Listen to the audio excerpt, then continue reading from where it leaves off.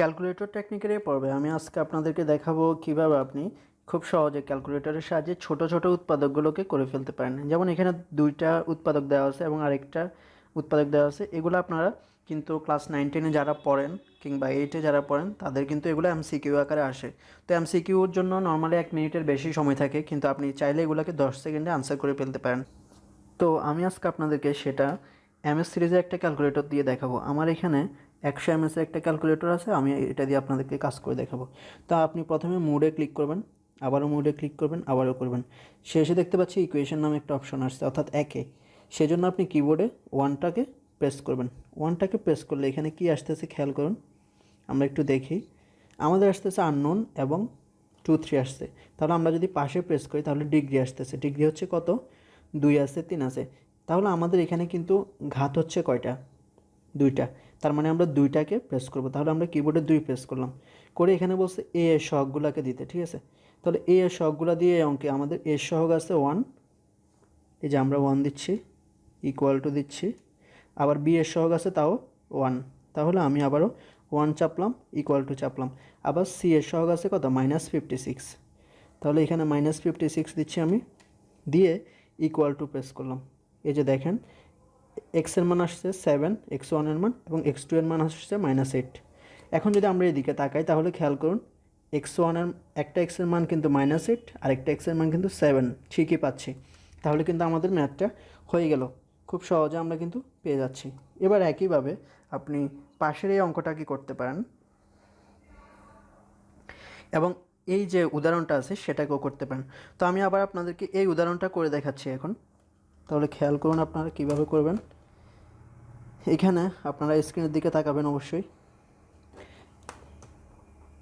এই যে আমরা ক্লিক করলাম, ক্লিক করে এখানে কোথায় চলে যাব? ইকুয়েশনে 1-এ চলে যাচ্ছি। তারপর এখানে রাইট অ্যারোতে ক্লিক করে এখন কিন্তু ডিগ্রি তাও 2টা, তাহলে 2-এ প্রেস করবো কিবোর্ডে। এরপর বলছে এ এর মানটা দিতে, ঠিক আছে? তাহলে এর মান আমাদের কত আছে আমরা একটু খেয়াল করি। এর মান আছে আমাদের 1, তাহলে আমরা 1 প্রেস করলাম, তারপর ইকুয়াল টু দিলাম। বি এর মান আছে -37, তাহলে -37, আবার ইকুয়াল টু প্রেস করলাম। এরপর সি এর মান হচ্ছে -650, সরি ডিলেট 50, ইকুয়াল টু যখন প্রেস করি তখন একটা মান আসছে 50 আর একটা মান আসছে -13, অর্থাৎ এখানে হবে x -50 আর হচ্ছে x + 13। তো আমরা এখানে এক্সের 2টা মান পেয়ে যাচ্ছি এভাবে। তো আরেকটা কথা বলে রাখি, এই একই প্রসেসে কিন্তু আপনি চাইলেও সব ধরনের মিডল ফ্যাক্টর করতে পারবেন না, কিছু কিছু লিমিটেশন কিন্তু ক্যালকুলেটরে রয়েছে।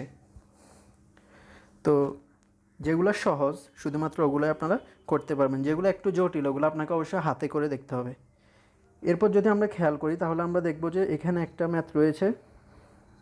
এই ম্যাথগুলো কিন্তু আমাদের যারা জেনারেল ম্যাথ কিংবা হায়ার ম্যাথ পড়ি তাদের কিন্তু এগুলো এমসিকিউ আকারে আসে। জেনারেল ম্যাথে নর্মালি এগুলো 2.2-এ থাকে। তো আমি এখন দেখাবো আপনাদেরকে এগুলোকে কীভাবে ক্যালকুলেটরের সাহায্যে করতে পারেন। এখানে দেখতে পাচ্ছি ঘাত আছে কত? 3। তাহলে ফাংশন অফ এক্সের কোন মানের জন্য? তাহলে আমরা বের করি, এটাকে ক্লিয়ার করে নিই আমরা একটু। মোডে চলে গেলাম, আবার চলে গেলাম, আবার চলে গেলাম, ইকুয়েশনে চলে যাই, আননোন না, পাশে ক্লিক করি।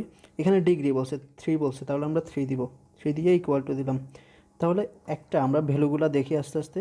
একটা মান আছে কত আমাদের? 1, ইকুয়াল টু দিলাম। এরপর আরেকটা মান আছে -6, তাহলে -6 দিলাম, ইকুয়াল টু দিলাম।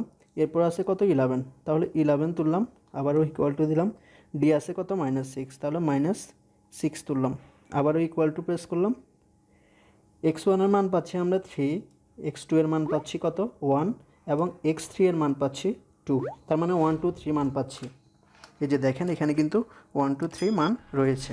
এভাবে হচ্ছে আপনি একই প্রসেসে নিচের অঙ্কটাও করতে পারেন। তো নিচের অঙ্কটা আপনাদের জন্য হোমওয়ার্ক হিসেবে রইল। আর যদি এই ধরনের আরও এমএস সিরিজ কিংবা এফএক্স সিরিজের ক্যালকুলেটর নিয়ে ভিডিও চান তাহলে চ্যানেলটি সাবস্ক্রাইব করে নোটিফিকেশন বেল বাটনটি এখনই অন করে দিন। ধন্যবাদ সকলকে, অনেক বেশি ভালো থাকবেন।